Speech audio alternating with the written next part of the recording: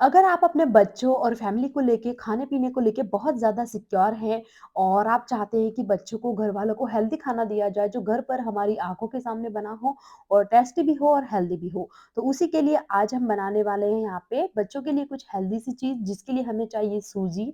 वैसे मार्केट में easily available हो जाता है, बट उस पे बिल्कुल भी ट्रस्ट नहीं किया जा सकता कि वो किस मेथड से, किस तरीके से बनाते हैं और क्या-क्या इंग्रीडिएंट्स उसमें ऐड करते हैं। तो सूजी हम लेंगे बारीक वाली और उसमें आपको आधा कप दूध ऐड कर देना है और उसे चम्मच से इस तरह से आप मिला लें और स्वाद अनुसार नमक आप ऐड कर लीजिएगा और इसे ढक के यहाँ पे हम रख लेते हैं रेस्ट के लिए करीबन 1 घंटे के लिए। ये साइड में हम रखेंगे, इसके बाद क्या करेंगे ना 1 घंटे से 10 मिनट पहले हम यहाँ पे ये यीस्ट को एक्टिव कर लेते हैं, यानी कि 1 घंटा जब हो जाए, तो आप इसे चेक करने से पहले यहाँ पे यीस्ट ले लीजिएगा, ड्राई यीस्ट जो मार्केट में इज़िली अवेलेबल है 1 टीस्पून, थोड़ी-सी पिसी हुई शुगर डाल दें और 4 टीस्पून करीबन इसमें पानी डाल के इसे ढक के आप साइड में रख लें 10 मिनट के लिए। अब यहाँ पे हम चेक कर लेते हैं 1 घंटे बाद हमारा ये आटा किस तरह से सेट हुआ है, यानी कि सूजी। तो आप देखिए यहाँ पे कुछ इस तरह से सॉफ्ट हो गई है, पहले काफ़ी ज़्यादा दानेदार थी ये। तो आप दूध की जगह पानी भी ऐड कर सकते हैं, तो वो आपकी चॉइस है, बट दूध से बहुत अच्छा टेस्ट आता है और बच्चों के लिए बना रहे हैं तो ज़रूर से दूध ऐड कीजिएगा। 2 टेबल स्पून यहाँ पे घी या फिर आप ऑयल ऐड कर सकते हैं, मैंने 1 घी और 1 ऑयल ऐड किया है। पिसी हुई शुगर आपको यहाँ पे ऐड कर लेनी है, जितनी मिठास आपको चाहिए, तो करीबन 3 टेबल स्पून मैंने किया है। आप चाहें तो 4 टेबल स्पून भी कर सकते हैं। तो ऑयल और ये शुगर ऐड करने के बाद दोबारा से इसे अच्छे से आप मिक्स कर लीजिएगा और ये देखिए 10 मिनट बाद हमारा इस अच्छे से एक्टिव हो चुका है, यानी कि कितना डबल हो गया है साइज़ में ये। तो इसे आपको इस सूजी में ऐड कर देना है। तो यहाँ पे आप इसे ऐड कर लीजिएगा और यहाँ पे ऐड कर लेंगे, इसके बाद हम क्या करेंगे ना अच्छे से इसे चला लेंगे। तो ये आटा अभी आपको दिख रहा है कि थोड़ा-सा ढीला हो गया है ऐसा, बट ये हमें फिर से 2 घंटे के लिए रखना होगा। वैसे रेसिपी ईज़ी है, बट इसका रेस्ट कराने का टाइम के हिसाब से कम आपको 1 दिन पले पहले प्लान करना चाहिए और काम के बीच में आप इस तरह से ये प्रोसेस करके रेस्ट करा सकते हैं और बना सकते हैं। अब इसे बनाने के लिए हम लेंगे यहाँ पे कुकर, जो कि हर किसी के घर में अवेलेबल है, या तो कोई जाली वाली इस तरह की प्लेट ले सकते हैं आप और उसके ऊपर इस तरह का पेपर लगा लीजिएगा, बटर पेपर। उस पे थोड़ा-सा हम घी से ग्रीस कर देंगे या बटर से और हल्का-सा हम यहाँ पे गेहूँ का आटा ऊपर हम छिड़क देते हैं, ताकि जब भी हम बनाएँ इसे अच्छे से बेक करेंगे तो ये चिपके नहीं। अब देखिए 2 घंटे बाद हम चेक करते हैं, ये हमारा आटा कुछ इस तरीके का हो गया है। तो ये काफ़ी अच्छे से टाइट हो गया है, अब हमें कुछ भी नहीं करना है और पानी और दूध की क्वांटिटी आपको बिल्कुल भी अपने हिसाब से 1 टीस्पून भी ज़्यादा नहीं करनी है, जितनी मैंने बताई है वही मेज़रमेंट आपको लेना है, अदरवाइज़ ये आटा ढीला हो जाएगा, फिर आपको इसे इस तरह से मिक्स करने में समस्या आएगी।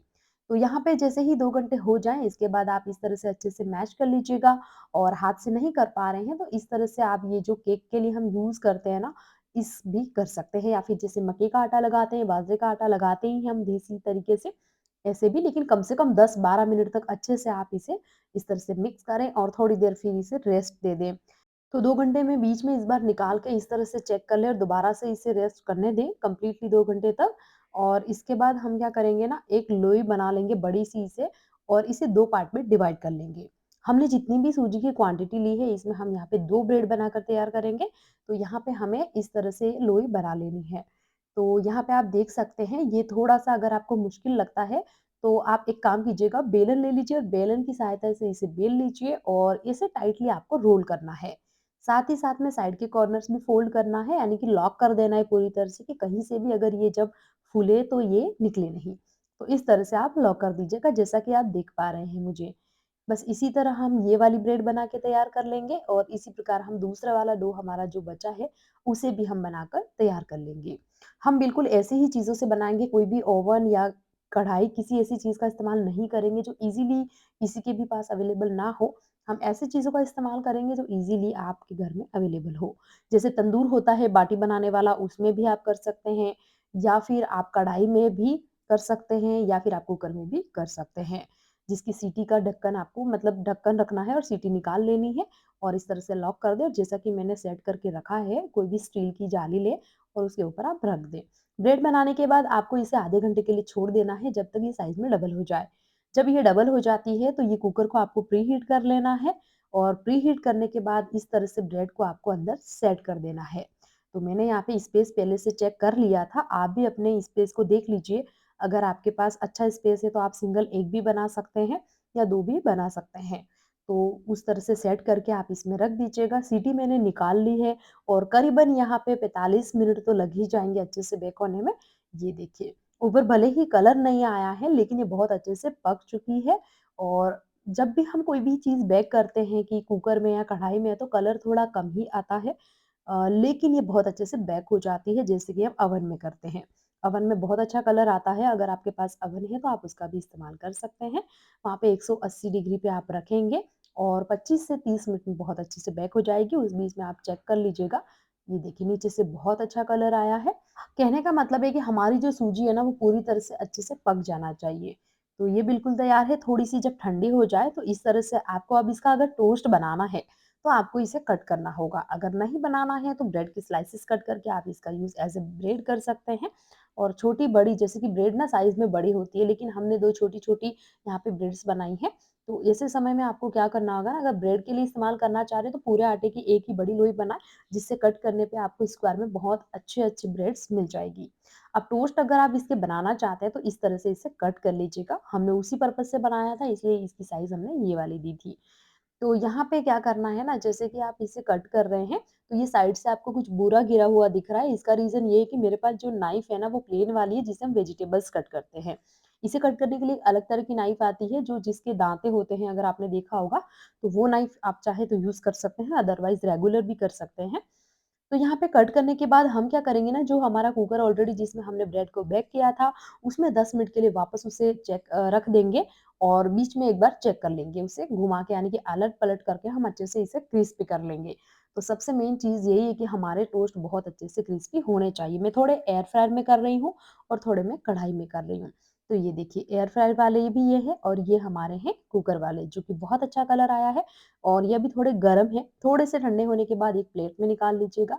ये कुछ इस तरह से, ये जो हमने कुकर में बेक किए थे, इसमें टाइम लग जाता है 10 मिनट और 10 मिनट कम से कम, मतलब 15 से 18 मिनट आपको लग जाते हैं क्रिस्पी करने के लिए, तब जाकर ये कलर आपको मिल जाता है। अगर आपके पास इस तरह का कोई एयर फ्रायर वगैरह है या माइक्रोवेव है, तो उसमें बहुत ईज़िली हो जाते हैं, तो वो भी आप कर सकते हैं। एयर फ्रायर में मैंने किए थे 5-5 मिनट लगा था, यानी कि एक साइड 5 मिनट फिर दूसरी साइड 5 मिनट।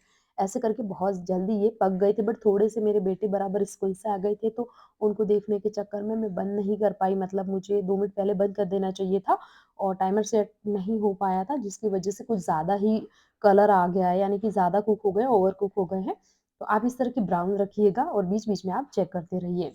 तो ये घर के हेल्दी बने हुए टोस्ट है, चाहे बच्चे आपके कितने ही खाएँ, शुगर डालना आपके हाथ में है, तो आप बना सकते हैं और आप खुद भी खा के इसे एन्जॉय करें। बच्चों को भी ज़रूर घर की बनी हुई हेल्दी चीज़ें खिलाइएगा और उम्मीद करती हूँ बहुत ईज़ी तरीके से इस रेसिपी को आपने समझा है और उतना ही ईज़ी मैंने बताया है, यही सोच कर के ईज़िली आप बना लें और ऐसी चीज़ों से मैं ट्राई करती हूँ ऑलवेज़ रेसिपी बनाने का कि आपके घर में भी वो चीज़ें ईज़िली अवेलेबल हो जाए, यानी कि कोई भी इसे बना सके।